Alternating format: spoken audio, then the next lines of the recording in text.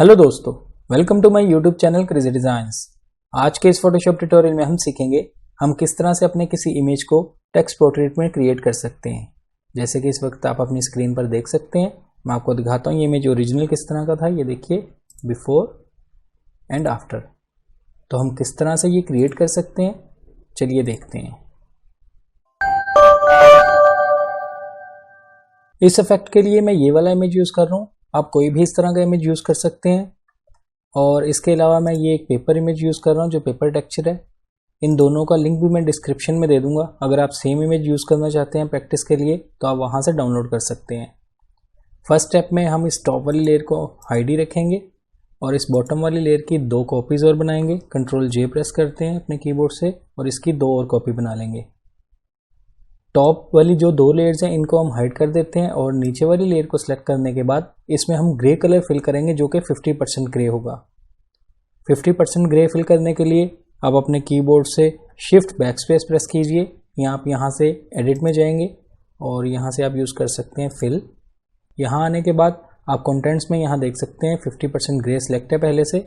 अगर हम उसके ड्रॉप डाउन पर क्लिक करें तो ये आप यहाँ पर मुख्तलिफ ऑप्शन देख सकते हैं। हमें ये 50% ग्रे सिलेक्ट करना है और इसके बाद आप यहाँ से ओके कर दीजिए।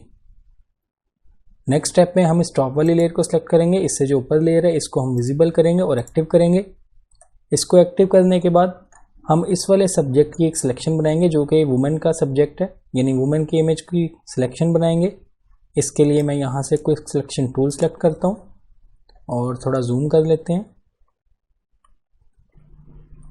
इस तरह से जूम करने के बाद आप सिलेक्शन किसी भी टूल से कर सकते हैं, पेन टूल से भी कर सकते हैं, लेसर टूल से, जिससे आपको कन्वीनियंट लगे आप कर सकते हैं। मैं इस वक्त क्विक सिलेक्शन टूल से इसकी सिलेक्शन बनाऊंगा। ये देखिए इसकी हम सिलेक्शन बना लेंगे इस तरह से। यहाँ से सिलेक्शन ज़्यादा हो गई है, हम ऑल्ट प्रेस करेंगे, सब्ट्रैक्ट करेंगे इसको। ये देखिए इस तरह से। अपनी सिलेक्शन को चेक करने के लिए अब आप अपनी सिलेक्शन बनाने के बाद क्यू प्रेस कीजिए अपने कीबोर्ड से। ये देखिए आपकी सिलेक्शन दिख रही है यहाँ पे। ये देखिए ठीक से सिलेक्शन नहीं हुई, हम थोड़ा जूम कर लेते हैं यहाँ पे। फिर से क्यू प्रेस करेंगे, क्विक मास्क को ख़त्म करते हैं और यहाँ से भी ठीक करेंगे सिलेक्शन को। इस तरह से सिलेक्शन बनाने के बाद कंट्रोल 0 प्रेस करते हैं, इसे फिट टू स्क्रीन देखेंगे। सिलेक्शन बनाने के बाद लेयर मास्क ऐड करेंगे हम इसी लेयर पर। देखिए मैं इस वाले आइकन पर क्लिक करूँगा और यहाँ से हम लेयर मास्क ऐड कर देंगे। नेक्स्ट स्टेप में हम इसका एक स्नैपशॉट क्रिएट करेंगे। स्नैपशॉट बनाने के लिए आप अपने कीबोर्ड से control alt shift and E press कीजिए। तो ये देखिए इसने एक स्नैपशॉट इसका बना दिया है। इस तरह से स्नैपशॉट बनाने के बाद अब हम इस इमेज का डिस्प्लेसमेंट मैप बनाएंगे।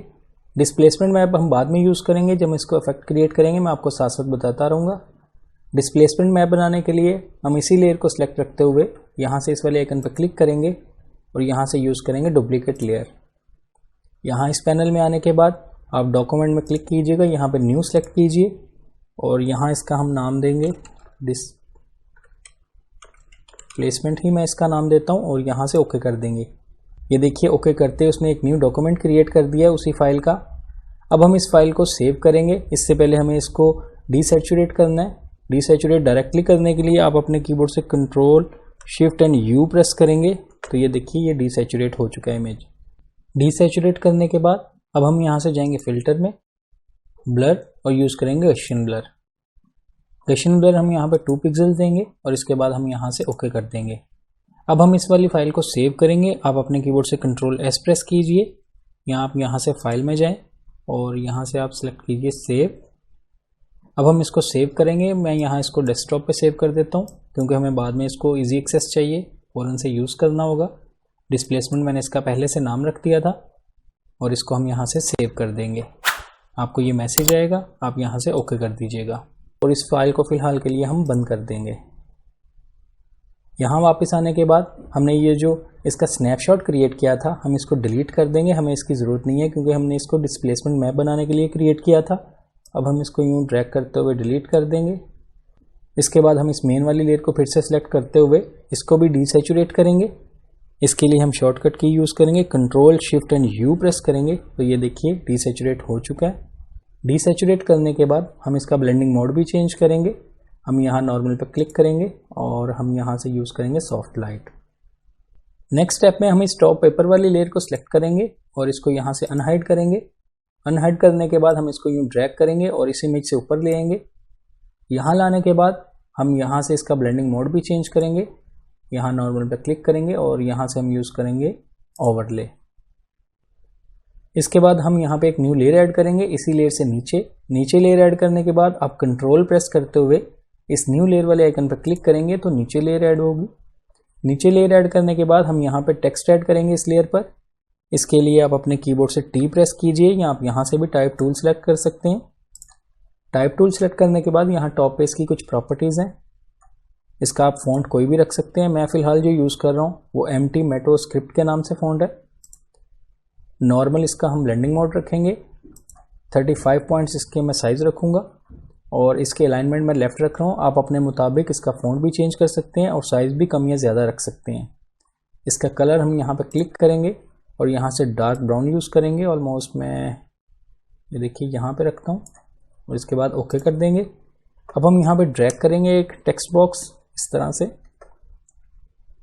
पूरे कैनवस पे। इस तरह से हम ड्रॉ करने के बाद आप कोई भी टेक्स्ट कॉपी कर लीजिए। ये देखिए मैंने एक फ़ाइल पहले से ओपन करके रखी हुई है।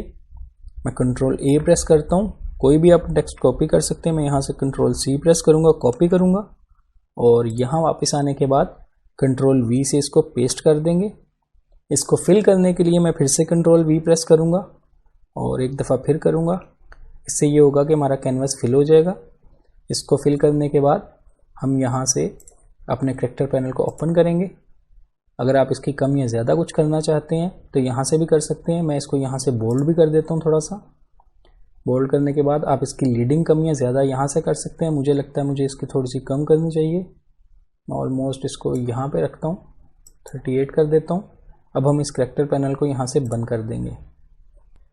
नेक्स्ट स्टेप में हम अपनी इस टेक्स्ट लेयर को कन्वर्ट करेंगे स्मार्ट ऑब्जेक्ट में, क्योंकि हमने डिस्प्लेसमेंट मैप जो बनाया था उसको हमने अप्लाई करना है। तो उसके लिए हमें स्मार्ट ऑब्जेक्ट बनाना होगा इसको। इसके लिए हम इस वाले आइकन पर क्लिक करेंगे और यहाँ से कन्वर्ट टू स्मार्ट ऑब्जेक्ट पर क्लिक करेंगे। ये देखिए ये स्मार्ट ऑब्जेक्ट बन चुका है। स्मार्ट ऑब्जेक्ट बनाने के बाद हम यहाँ से जाएंगे फिल्टर में, डिस्टॉर्ट, और यहाँ से यूज़ करेंगे डिस्प्लेस।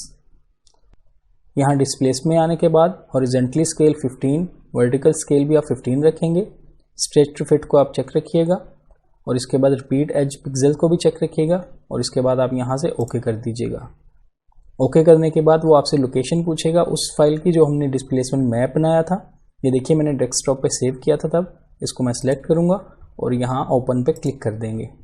ओपन पे क्लिक करने के बाद आप देख सकते हैं चेंजेस इसमें आ चुकी हैं। नेक्स्ट स्टेप में हम इस टॉप वाली लेयर को सिलेक्ट करेंगे। सबसे पहले इसको अनहाइड करते हैं और इसको सिलेक्ट करने के बाद इस बार हम इस वाले एरिया को सिलेक्ट करेंगे, यानी मैन वाली शेप की सिलेक्शन बनाएंगे। फिर से मैं यहाँ से क्विक सिलेक्शन टूल सेलेक्ट करता हूँ। आप किसी भी टूल से इसकी सिलेक्शन बना सकते हैं और मैं ये देखिए इसकी सिलेक्शन बनाऊंगा इस बार।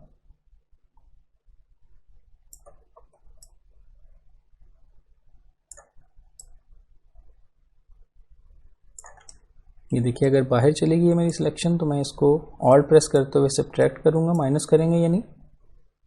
इस तरह से सिलेक्शन बनाने के बाद मैं फिर से Q प्रेस करूँगा। ये देखिए हम अपनी इसकी सिलेक्शन के एरिया को देख सकते हैं और फिर से Q प्रेस करेंगे।